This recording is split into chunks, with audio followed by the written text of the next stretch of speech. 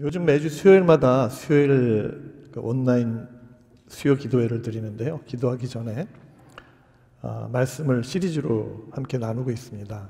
주제는 주기도문 강해입니다. 요즘 나라 경제가 말이 아니죠. 개인 비즈니스도 위기 상황입니다. 이럴 때일수록 우리가 할 수 있는 가장 강력한 행동은 기도입니다.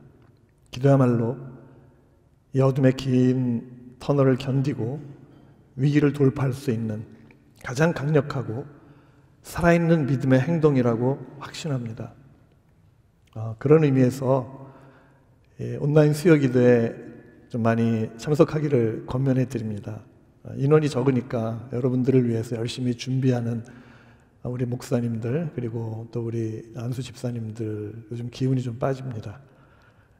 일주일에 딱 한 번입니다. 온 성도가 하나님 앞에, 비록 온라인이지만 함께 하나님 앞에 나가서 함께 기도하고 또 하나님 앞에 부르짖을 때 교회가 살아나고 가정이 살아나고 또 우리 각 개인이 살아나게 될 것입니다.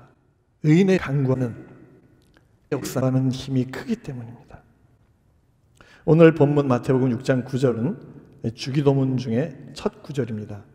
다시 한번 우리가 하나님 앞에 드려질 예수님께서 우리 가르치신 이 기도의 그 첫 구절을 한번 같이 읽겠습니다.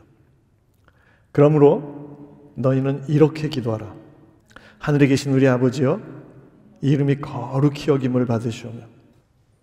먼저 이 주기도에 대해서 간단히 좀 소개하겠습니다. 그동안 한 3번 정도 시리즈가 있었는데 짧게 요약해서 함께 좀 나누고자 합니다. 이 주기도는 예수님께서 가르쳐 주신 기도죠.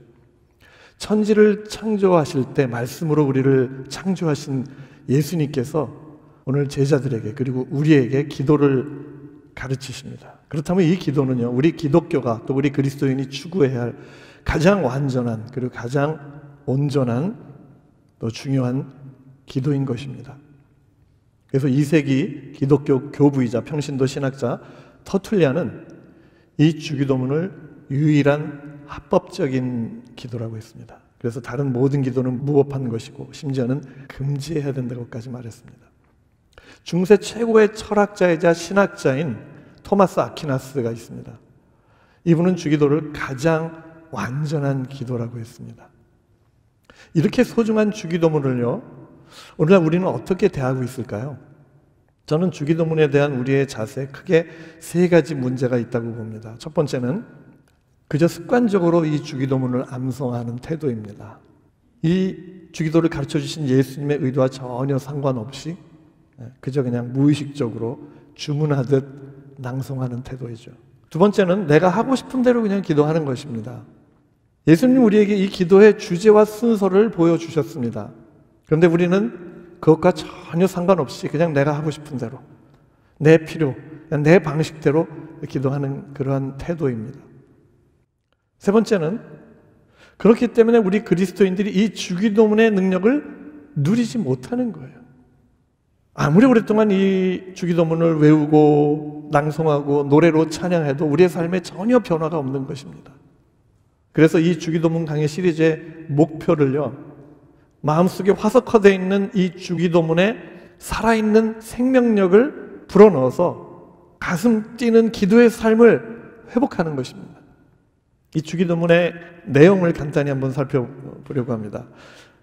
하나님을 높이는 3가지 기도 제목이 나오고요, 그 다음에 인간의 필요를 구하는 4가지 기도 제목이 나오죠. 마지막으로 그분의 영광을 높이는 찬양으로 이렇게 8개의 기도 제목으로 구성이 되어 있습니다. 이것이 주기도문의 구조이고요, 기도의 핵심 요소들입니다.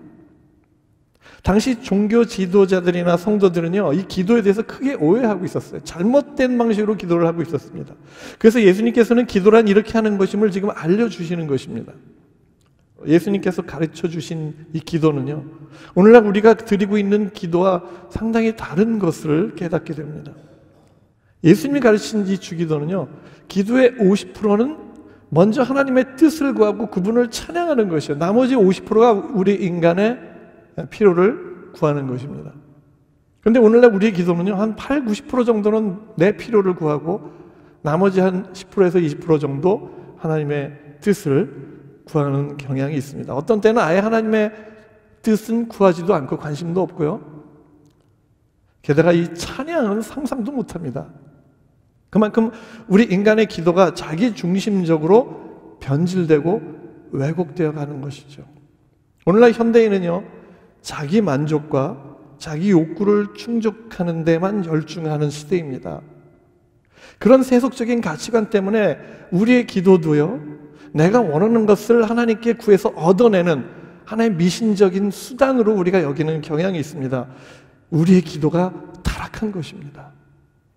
예수님은 그래서 오늘 본문 6장 마지막 구절인 33절에 다시 한번 이 부분을 상기시키십니다. 한번 같이 읽겠습니다. 그런즉 너희는 먼저 그의 나라와 그의 의를 구하라. 그리하면 이 모든 것을 너희에게 더하시리라. 먼저 하나님 나라를 구하면은요, 우리의 필요까지 더해 주신다고 약속하시는 것이죠.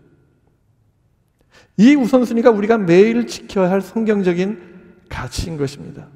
역동적인 기도 생활의 비결은요, 이 우선순위가 내 기도에 살아있어야 되는 것입니다. 이 주기도문의 8가지 기도 제목 중에 그 첫 번째가 바로 오늘 본문입니다. 하늘에 계신 아버지의 이름이 거룩하게 되시기를 간구하는 기도입니다. 이 기도는 하나님의 뜻을 구하는 3가지 기도 제목 중에서도 가장 먼저 나옵니다. 그러므로요, 이 첫 번째 기도가요, 이 주기도문 가운데서도 가장 중요한 기도 제목인 것 같아요. 자, 지금 이 시간에 우리가 함께 다시 한번 이 기도를 하나님 앞에 한번 들어보기 원합니다. 하늘에 계신 우리 아버지여, 이름이 거룩히 여김을 받으시오며. 자, 여러분 어떠세요? 평소 우리가 기도할 때 드리던 기도의 이 앞부분과 비슷하십니까? 만일 비슷하다면 여러분 이미 예수님께서 가르치시는 대로 기도 생활을 하고 계시는 것입니다. 그런데 만일 이 고백이 어딘가 생소하다면 오늘 설교를 진짜 귀담아 들으셔야 합니다. 그동안 우리의 기억 속에 고착되어 있는 이 주기도문에 대한 고정관념이 있을 것입니다. 저 자신도요, 그것에서 벗어나려고 부지런히 싸우고 있습니다. 오늘 이 아침에 에스겔서 36장 26절 말씀처럼 성령께서 우리에게 새 영을 주시고 새 마음을 주셔서 굳은 마음을 제거하시고 부드러운 마음을 주시기를 간구합니다. 우리 안에 화석화되어 있는, 그래서 아무 생명력 없는 이 주문처럼 변질된 이 주기도문이 다시 생기를 얻어서 다시 살아나기를 간절히 간구합니다. 왜 예수님은 아버지의 이름이 거룩히 여김을 받으소서라는 기도를 하라고 하셨을까요? 어찌 보면 이 내용은요, 우리가 생각하는 이 기도라는 범주에 들어가는 내용이 아니에요. 그저 하나님 앞에 드리는 어떤 송영 또는 찬양 같은 내용이에요. 설교를 준비하면서 이 부분의 해석이 계속 풀리지가 않았습니다. 한 며칠 동안. 그런 어느 순간에 하나님께서 성령님을 통해서 저에게 깨달음을 주셨습니다. 우리는 기도할 때 아버지 하나님에 대해서 별 관심이 없다는 거예요. 내가 기도하는 그 기도 제목에만 관심이 있습니다. 우리는 그분의 그 거룩하신 이 이름에 대해서는요, 별로 관심이 없어요. 그저 내 기도가 얼마나 빨리 응답받느냐에만 우리는 집중하는 것입니다. 바로 여기에 우리 기도의 결과에 중요한 영향을 미칠 3가지 포인트가 있습니다. 첫 번째는요, 우리 기도의 대상이신 하나님을 아는 만큼 그 기도의 결과에 대한 믿음도 비례한다는 거예요. 그분이 얼마나 거룩하시고 얼마나 위대하시고 얼마나 사랑이 많은지 알면 알수록 기도의 결과에 대한 기대감도 믿음도 더 커진다는 것입니다. 두 번째 포인트는요, 내 요구보다 하나님에 대한 관심이 클 때 하나님은 우리의 기도를 더 기쁘게 받아주신다는 것입니다. 자녀들이요, 부모에게 무언가를 원할 때요, 그 마음을 보면은 어떤 마음을 가지고 원하는지 다 보입니다. 평소에는 엄마 아빠에게 아무런 관심도 없다가 자기 필요한 것이 갑자기 생기면은요, 갑자기 친밀하게 이렇게 다가옵니다. 물론 자녀이니까 무엇이든지 우리가 다 해주고 싶은 마음이 있죠. 그러나 흡족하지는 않은 것이죠. 그런데 그 자녀들이 부모를 정말 사랑하고 존경하는 그 마음이 보이면, 그러면 더 잘해주고 싶은 것이 부모의 마음 아닙니까? 하나님도 똑같다는 것입니다. 우리의 관심이 우리의 요구에 있느냐 아니면 하나님 자체에 있느냐가 우리의 기도의 응답에 굉장히 큰 영향을 미친다는 거예요. 마지막으로 세 번째는요, 우리가 하나님이 어떤 분인지 알면 알수록 우리의 기도의 내용과 방향까지 바뀐다는 것입니다. 평범한 한 인간이 만일 십자가 형벌을 당했다고 한번 생각해 봅시다. 그 사람의 기도 내용은요, 마가복음 14장 36절을 한번 인용을 하면 아버지여 아버지께는 모든 것이 가능하오니 이 잔을 내게서 옮기시옵소서 해서 딱 끝났을 거예요. 하지만 예수님은요, 이 하나님의 마음과 그분의 뜻을 너무나 잘 아셨기 때문에 그러나 나의 원대로 마옵시고 아버지의 원대로 하옵소서까지 가신 것입니다. 자, 이제 하나님의 이 아버지의 이름에 대해서 조금 더 살펴보겠습니다. 성경은 하나님이 얼마나 자신의 이름을 중요하게 여기시는지 우리에게 보여주고 있습니다. 한 번은 모세가 호렙산에서 양을 치고 있었습니다. 그때 불붙은 떨기나무에서 여호와의 사자가 모세를 불렀습니다. 그리고 하나님의 말씀을 대언했습니다. 이리로 가까우지 말라. 내가 선 땅은 거룩한 땅이다. 내 발에서 신을 벗어라. 그리고 하나님 모세에게 당부합니다. 내가 너를 애굽으로 보낼 텐데 이스라엘 백성을 압제해서 구원할 것이다. 그래서 젖과 꿀이 흐르는 약속의 땅 가나안으로 인도할 것이다. 그때 모세가 하나님 앞에 묻습니다. 내가 이스라엘 자손들에게 가서 여러분들의 조상의 하나님이 나를 여러분들에게 보내셨습니다 하고 말했을 때 그들이 그의 이름이 무엇이냐고 물으면 내가 그들에게 무엇이라고 말해야 합니까? 라고 묻습니다. 그때 하나님께서 대답하시는 것이 바로 이 본문입니다. I am who I am. 나는 스스로 있는 자다. 어떤 번역은 스스로 존재하는 자다. 히브리어는요, 에흐예 아쉐루 에흐예. 이 하나님의 그 이름에 대한 설명은 그 정확한 뜻을 해석하기가 너무나 어렵습니다. 지금까지 전 세계 수많은 학자들이요, 이 이름에 대해서 방대한 연구를 해왔습니다. 그러나 아직까지 그 명확한 뜻을, 의미를 확정하지 못하고 있습니다. 제 생각에는요, 이 학자들이 그 의미를 규정하지 못하고 있는 것이 정답입니다. 하나님은 인간에 의해서 규정될 수 없는 분이기 때문입니다. 만일 우리가 하나님의 이름을 규정하는 순간 하나님은 하나님이 아닌 것이에요. 오직 우리는 하나님께서 자신에 대해서 알려주시는 부분까지만 헤아릴 수 있는 것입니다. 성경을 보면은 그 성경에서 말씀하시는 것만 우리는 이해할 수 있는 것이죠. 그래서 바로 다음 구절인 출애굽기 3장 15절을 한번 같이 보겠습니다. 하나님께서 모세에게 자신의 이름이 여호와라는 것을 이스라엘 자손에게 말하라고 하셨습니다. 그러면서 아브라함의 하나님, 이삭의 하나님, 야곱의 하나님께서 나를 너에게 보내셨다라고 말하라고 하셨어요. 자, 이것이 바로 나의 영원한 이름이요 되도록 기억할 나의 칭호라고 하나님 말씀하셨습니다. 하나님의 이름, 하나님의 그 칭호에 대해서 지금 하나님은 말씀하고 계시는 거죠. 그러므로 이 두 구절의 문맥을 통해서 우리가 추측할 수 있는 것은 두 가지입니다. 첫 번째는요, 여호와라고 하는 이 이름과 스스로 있는 자라는 이 설명은 서로 깊은 연관성이 있다는 것이고요.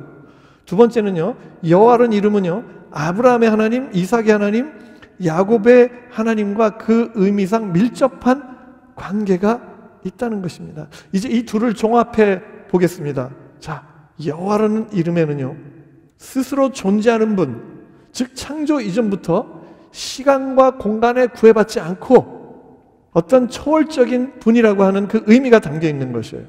그래서 그분은 영원전부터 과거, 현재, 미래까지 영원토록 계시는 분이라는 우리는 알 수 있습니다.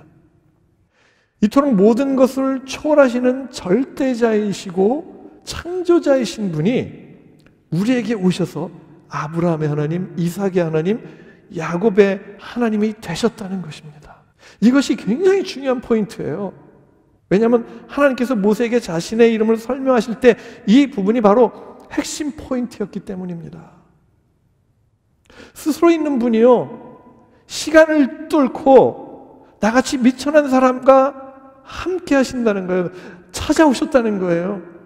이것이 하나님 아버지의 이름이 거룩히 여김을 받으실 만한 이유인 것입니다. 그러므로 우리는 기도할 때마다요, 먼저 그분의 이름이 얼마나 크신 사랑을 내포하고 있는지 묵상하고 감격해야 합니다. 그리고 그분의 이름이 거룩하게 여김을 받으시도록 간절히 간구해야 하는 것입니다. 개역성경에 여호와로 번역된 발음 표기 외에 야훼, 야훼 등 다른 발음들도 있습니다. 그것은 고대 히브리어 본문에 그분의 이름이 4개의 자음 표기로만 되어 있습니다. 히브리어를 보여주시면은, 히브리어는 오른쪽에서 왼쪽으로 읽거든요. 이것을 알파벳으로 쓰면 YHWH예요. 그러니까 이것만 가지고는요, 정확한 발음을 하기가 어려운 거예요. 누구도 이 거룩한 이름에 대한 정확한 발음을 할 수가 없어요. 그래서 히브리 구약 성경을 전수한 유대 마소라 학자들은 성경을 베꼈을 때 이 거룩하고 신성한 이름을 나타내는 4 자음을 발음하지 않았습니다. 그 대신 그냥 주, 그 이름, 아도나이, 나의 주님이라는 뜻이죠. 이렇게 그냥 발음하고 말았어요. 그래서 오늘날 유대인들도, 지난번 이춘성 목사님도 말씀하셨지 않았습니까? 성경을 읽을 때 여호와가 나오면 그 거룩한 이름을 함부로 부를 수가 없어서 그냥 마소라 학자들처럼 그렇게 반응한다는 거예요. 이제 왜 우리가 예수님께서 아버지 이름을 거룩히 여김을 받으시기를 기도를 하라고 했는지 좀 이해가 되시나요? 하나님의 이름 자체가 우리 평범한 인간의 이름과는 차원이 다른 거룩하게 구별된 이름이기 때문입니다. 그러니까 그분의 이름을 더럽힌다는 것은요, 하나님을 더럽히는 것과 똑같은 행동이에요. 하나님은요, 다른 것은 몰라도 자신의 이름을 더럽혀지는 것을 절대로 가볍게 여기지 않으십니다. 이것은요, 3000년 전 구약 이스라엘이나 오늘날 21세기를 사는 오늘 우리 현대인에게나 동일하게 적용되는 이슈입니다. 그러므로 우리는 기도할 때 나로 인해 하나님의 이름이 거룩히 여김을 받으시기를 간구하는 것이 굉장히 중요합니다. 구약을 보시면은요, 이스라엘 족성들은 자주 이 하나님의 이름을 더럽혔어요. 제가 지난 4월 19일 주일에 설교에서 에스겔 36장 본문을 통해서도 이 부분을 잠깐 다루었는데요. 23절을 한번 같이 읽겠습니다. 이방 나라에서 더럽혀진 나의 이름, 곧 너희가 거기서 더럽힌 나의 위대한 이름을 내가 거룩하게 하겠다. 그들이 보는 데서 내가 나의 거룩함을 나타낼 때 이방 나라들이 나를 여호와인 줄 알 것이다. 이것은 나 주 여호와의 말이다. 우리는 영화나 드라마를 보면은요, 종종 이 이름 때문에 서로 싸우고 막 피 튀기게 상대방을 무너뜨리기 위해서 법정 투쟁하고 이런 모습들을 종종 봅니다. 내 이름 석자의 명예를 걸고 결단코 너를 단죄하겠다. 회사의 명예를 걸고 이번 법정 투쟁에서 반드시 이겨야 합니다. 이런 대사들 많이 나오지 않습니까? 세상 사람들도 이름 하나 때문에 생명 걸고 회사의 운을 겁니다. 이것은 하나님의 성품 가운데 하나인 것 같아요. 바로 의라는 성품이에요. 인간에게 남아있는 하나님의 형상 가운데 바로 이 의, 목숨까지 걸기도 하죠. 물론 이 의는 죄로 인해서 타락한 의이기 때문에 불완전한 의입니다. 그에 비해서 하나님의 의는 심판의 기준이 될 만큼 완전하십니다. 하나님은 의로 만물을 통치하십니다. 에스겔서 36장 본문은요, 이스라엘이 더럽힌 하나님의 이름에 대해서 이 하나님의 의가 발동합니다. 그래서 하나님께서 직접 나서셔서 이방 사람들에게 자신의 거룩하심을 드러내실 것이라고 거듭거듭 강조하십니다. 자, 히브리어로요, 거룩은 코데시라고 합니다. 잘라냄, 분리함을 의미합니다. 이 거룩은요, 더러움과 분리된 상태를 말합니다. 잘라내어서 단절된 상태를 말합니다. 우리는 더러운 것을 보면은요, 본능적으로 피하지 않습니까? 가까이 하지 않고 거리를 두잖아요. 이렇게 썩은 부분은 잘라내잖아요. 하나님은 그 속성상 거룩한 분이시기 때문에 우리의 죄에 대해서 본능적으로 가까이 하실 수 없어요. 때로는 잘라버리십니다. 하나님은 사랑이신데 진노로 심판하시는 것이 모순으로 보일 수도 있죠. 하지만 그분의 속성을 제대로 이해하면 결코 모순이 아닌 것을 우리는 알 수 있어요. 하나님의 전지전능 불변 거룩 같은 일절대적인 속성과 의, 사랑, 자비, 공의, 긍휼, 진실 같은 이 성품적인 속성은 서로 상충되지 않고 하나님의 사랑 안에서 완벽한 하나를 이루십니다. 하나님은 사랑이시기 때문이죠. 예일대 조직신학 교수인 미로슬라브 볼프는 굉장히 중요한 얘기를 합니다. 죄에 대해 진노하지 않는 신은 사랑의 하나님이 아니라 불의와 기만과 폭력의 공범일 뿐이다 라고 말합니다. 그래서 인간의 분노는 문제를 일으키지만 하나님의 의로운 진노는 세상을 구원한다는 것이에요. 진노하시는 하나님의 속성은 사랑의 하나님과 절대 상충되지 않는 것이에요. 이스라엘 백성이 죄악으로 하나님의 거룩한 이름을 더럽혔을 때 하나님의 의와 거룩은 그 죄를 본질적으로 가까이 하실 수 없으셨습니다. 단지 그분의 은혜가 심각한 심판으로부터 유예를 주고 오래 참도록 거리를 두십니다. 그래서 거룩한 땅 이스라엘에서 잘라내어서 분리시키고 먼 이방 나라로 흩으십니다. 조심스러운 진단이지만 이런 일이 지금 우리에게 닥친 것이라는 생각을 떨쳐버릴 수가 없어요. 코로나의 확산으로요, 온라인 예배를 시작하던 지난 3월 중순에 역대하 7장을 묵상하면서 깜짝 놀랐습니다. 13절을 보시면은요, 혹 내가 하늘을 닫고 비를 내리지 아니하거나 혹 메뚜기들에게 토산을 먹게 하거나 혹 전염병이 내 백성 가운데 유행하게 할 때에 라는 이 구절에 세 가지 재난이 나오지 않습니까? 이것이 최근 우리 지구촌에서 한꺼번에 일어나고 있습니다. 첫 번째는 호주에서 발생한 초대형 산불이죠. 그 산불의 원인이 고온과 가뭄, 즉 비가 내리지 않았기 때문에. 두 번째는 중국으로 이동하는 4천억 마리의 메뚜기 떼입니다. 세 번째는 전 세계 1,500만 명이 감염되고 60만 명이 사망한 코로나19 전염병의 대유행입니다. 여기서 특히 내가 하늘을 닫고라는 이 표현이 나오죠. 굉장히 무서운 단어예요. 하늘문이 닫히면 비가 내리지 않죠. 하나님의 일반 은총이 멈춰진 상태입니다. 여러분, 하나님의 선하심이 막혀서 작동하지 못할 때 신자나 비신자 모두에게 국가적인 그리고 인류적인 재난이 일어납니다. 거꾸로 말하면요, 우리가 아무 문제 없이 편안한 일상을 살 수 있다는 것은요, 선하신 하나님의 놀라운 은총 때문인 것이에요. 우리가 그것을 잘 모르고 산 거예요. 이 선하신 하나님의 부재만큼 무서운 세상은 없는 것입니다. 지금 우리는요, 그 선하심의 부재를 경험하고 있는 거예요. 왜 이런 일이 일어날까요? 하나님은 종종 인간의 죄가 관영하여서 너무 오래 지속될 때 그분의 그 거룩하심이 진노를 유발하여서 죄악된 세상을 유기하기도 하십니다. 유기란 말은요, 하나님이 그냥 관심을 끄신다는 의미예요. 그런데 여러분, 다음 구절을 한번 보시면요, 14절에 하늘 문이 닫히고 메뚜기 떼가 일어나고 전염병이 창궐한 이유가 우리를 놀라게 합니다. 한번 같이 읽겠습니다. 내 이름으로 일컫는 내 백성이 그들의 악한 길에서 떠나 스스로 낮추고 기도하여 내 얼굴을 찾으면 내가 하늘에서 듣고 그들의 죄를 사하여 그들의 땅을 고칠지라. 우리는 보통 이 구절을요, 하나님의 백성이 악한 길에서 떠날 때 하나님이 이 땅을 고치신다 정도로 우리는 해석해요. 이해합니다. 하지만 이 구절을 더 깊이 묵상해 보면은요, 우리 그리스도인들이 하나님의 거룩하신 이름에 합당한 삶을 살지 못할 때 이런 재앙이 일어날 수 있다는 무서운 의미가 담겨 있습니다. 그렇다면은요, 하늘문이 열리고 닫히는 이 원인이 바로 우리 그리스도인일 수도 있다는 결론에 도달하는 것입니다. 역사의 흥망은요, 비기독교인이 아니라 우리 그리스도인의 거룩한 삶이 달린 문제라는 뜻이에요. 지금도 역사를 주관하시는 분은 하나님이십니다. 역사의 수레바퀴는 하나님의 손에 달려있는 것이에요. 하나님은 그 수레바퀴를 돌릴 핵심 역할을요, 우리 그리스도인이 감당하기를 원하십니다.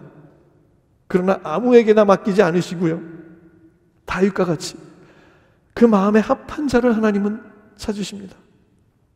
사도행전 13장 22절에 보면 이새의 아들 다윗을 만나니 내 마음에 맞는 사람이라 내 뜻을 다 이루리라. 하나님의 마음과 합하기만 하면은요, 그 사람을 통해서 하나님께서 하나님의 뜻을 다 이루신다는 것입니다.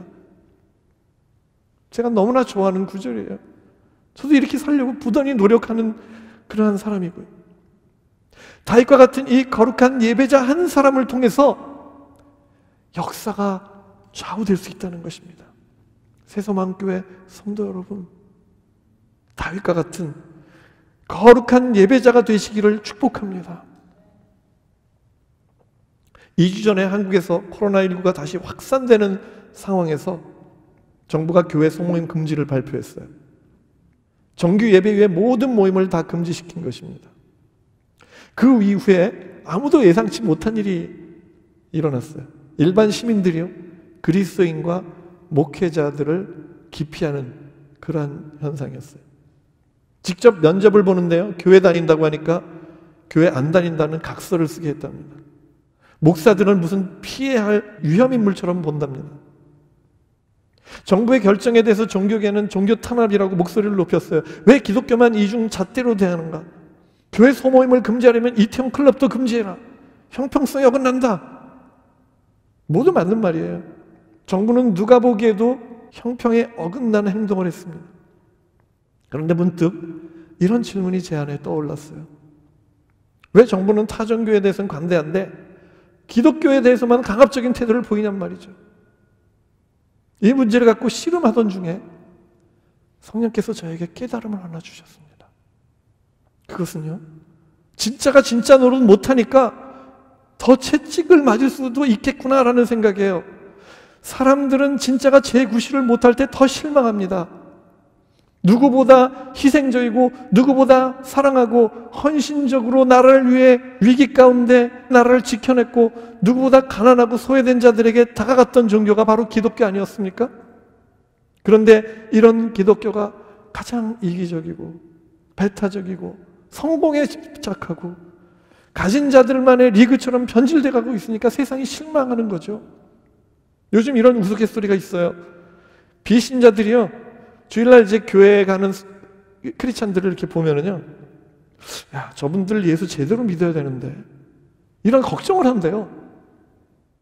저는 이것이 오늘날 한국교회의 정확한 현 주소라고 생각합니다. 10수년 전부터 이 기독교는요, 개독교라는 멸시 가까운 욕을 듣기 시작했어요. 국어사전에 기독교란 예수 그리스도를 구세주로 믿는 종교로 정의합니다. 이 기독은요, 그리스도에 대한 한자 음역이에요.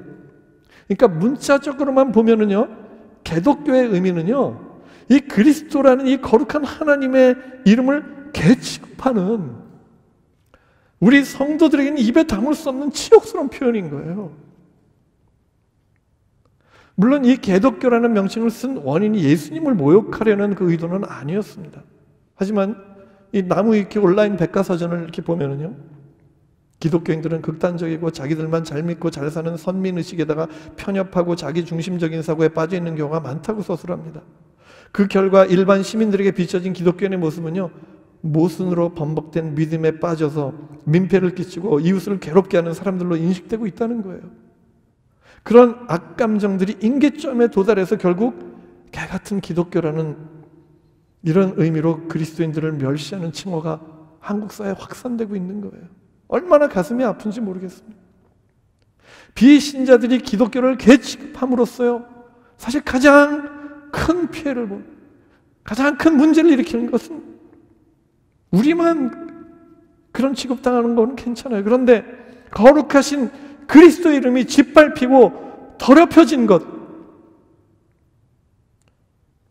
이것은 바로 우리 그리스도인의 책임이고요.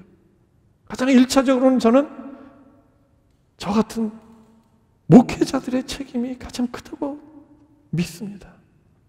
미국은 어떻습니까? 기독교 정신으로 세워진 이 나라의 시민의식, 어쩌면 이렇게 이기주의적으로 무너지고 있는지 모르겠어요. 너무나 마음이 아파요. 자칭 기독교인이라는 지도자 행동이 기독교 얼굴에 먹물을 칠하고 있어요. 기독교인들이 인종차별에 앞장서고 있고요, 기독교인들이 마스크를 쓰지 않아요.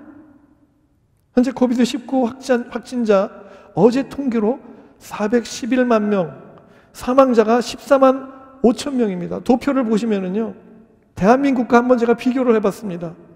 인구는 6대 1 정도의 수준인데요. 확진자는 290대 1이에요. 사망자는 488대 1이에요. 기독교는 한 영혼을 천하보다 귀하게 여기는 종교입니다. 이 기독교적 가치로 시작된 이 나라의 이 생명 경시 풍조는요, 지금 하늘을 찌르고 있습니다. 사람의 생명을 소중하게 여기지 않아요. 남이 코로나에 걸리든 말든 나만 즐기면 되고 나만 건강하면 되니까 뭐 마스크 쓸 필요 없다는 거예요. 이거는 교만의 극치입니다.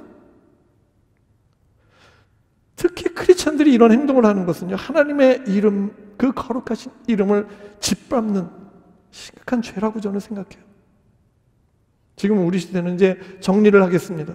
역대하 7장 13절, 14절을 통과하는 시기라고 저는 생각해요.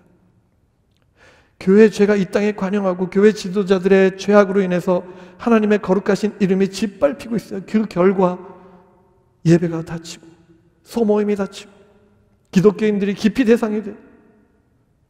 실제로 이방 나라에 포로로 끌려가진 않았지만 정신적으로, 영적으로 우리의 예배와 우리의 그 거룩한 교제는 손발이 잘렸고 우리의 명예는 땅에 떨어졌습니다. 거룩하신 하나님은요, 그분의 이름을 더럽힌 우리의 탐욕, 거짓, 죄악, 배교로 인해서 어쩔 수 없이 우리를 그 지금까지 지내왔던 안전지대에서 잘라내어서 유기하실 수도 있는 분이십니다. 이것이 오늘 21세기에도 일어날 수 있는 것입니다. 이 하나님의 거룩하심이 두렵습니다. 그분의 그 완전하신 의 앞에 우리의 탐욕과 욕망이 다 드러날까 봐 아프고 수치스럽고 부끄럽습니다. 세상에 더 많은 교회들의 수치가 하나둘 발가 벗겨질까 봐 두렵습니다. 하지만 이 아픔은요, 예수님께서 십자가에서 뼈가 깨짐으로 우리의 죄악이 깨어지는 아픔이기를 저는 기도합니다. 예수님께서 몸이 찢겨지심으로 우리의 무지가 찢겨지는 아픔이기를 간구합니다. 예수님께서 그 영혼이 산산조각 나심으로 우리의 탐욕이 산산조각 나는 아픔이기를 원합니다. 그래서 이 두려움은요, 멸망의 공포가 아니라 예수님 때문에 구원의 즐거움이 다시 회복될 보장된 두려움입니다. 지금 교회는 누구를 원망하기보다 거룩하신 하나님을 두려워해야 할 때입니다. 정치 지도자들의 잘못을 지적하기보다 하나님의 거룩하신 이름을 더럽힌 우리 자신의 끔찍한 죄악을 현미경으로 샅샅이 파헤쳐야 합니다. 세상 언론의 편파와 형평성을 욕하기보다 우리의 직물적인 욕망과 철저한 자기 중심적인 죄성을 깨뜨리기 위해서 나를 부인하고 자기 십자가를 지는 일에 우리는 집중해야 합니다. 저를 포함한 특별히 교회 지도자들은 죄를 뒤집어 쓰고 회개할 때입니다. 레위기 19장 2절에 여호와 하나님은 모든 백성들에게 거룩을 요구하셨습니다. 너는 이스라엘 자손의 온 회중에게 말하여라. 너희는 거룩하라. 이는 나 여호와 너희 하나님이 거룩함이니라. 베드로전서 1장 15절 16절에서 이 구절을 인용해서 거듭 우리 성도들에게 거룩을 촉구합니다. 오직 너희를 부르신 거룩한 이처럼 너희도 모든 행실에 거룩한 자가 되라. 우리가 이 주기도문을 외울 때, 아버지의 이름을 거룩하게 하옵소서 기도할 때 우리의 마음은요, 예수님처럼 거룩하게 살겠다고 하는 다짐하는 뜨거운 열정이 피어올라야 합니다. 이제 주기도문에서 가장 중요한 이 첫 구절, 우리가 다시 한번 기도해 보겠습니다. 3번 낭송해 보겠습니다. 하늘에 계신 우리 아버지여, 이름이 거룩히 여김을 받으시오며, 하늘에 계신 우리 아버지여, 이름이 거룩히 여김을 받으시오며 하늘에 계신 우리 아버지여 이름이 거룩히 여김을 받으시오며